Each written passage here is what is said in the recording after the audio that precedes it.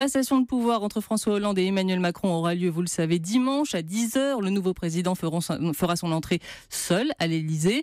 Sa femme, Brigitte, serait elle arrivée un peu plus tôt dans le palais présidentiel avec les autres invités.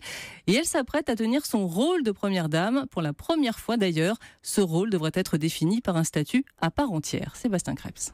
Un vrai statut de première dame, proche de celui de la First Lady américaine. Voilà l'intention exprimée à plusieurs reprises par Emmanuel Macron. La dernière fois, c'était sur TF1 dans l'entre-deux-tours. Je veux sortir d'une hypocrisie française. Élu président de la République, on vit avec quelqu'un. Elle ne sera pas rémunérée par le contribuable, mais elle aura une existence, un rôle public. Et donc nous en définirons le cadre et elle en décidera aussi parce qu'il en revient d'elle. Ce qui justifie ce statut, c'est la transparence sur le budget notamment. Dans le passé, les premières dames se voyaient attribuer de façon informelle des moyens prélevés sur le budget de l'Élysée. Bureaux, chauffeurs, agents de sécurité et plusieurs collaborateurs permanents. 450 000 € par an si on prend l'exemple de Valérie Trierweiler. Tout cela dans l'opacité totale car officiellement sans existence, la première dame n'avait normalement pas le droit d'engager la moindre dépense. C'est cela qu'Emmanuel Macron veut changer.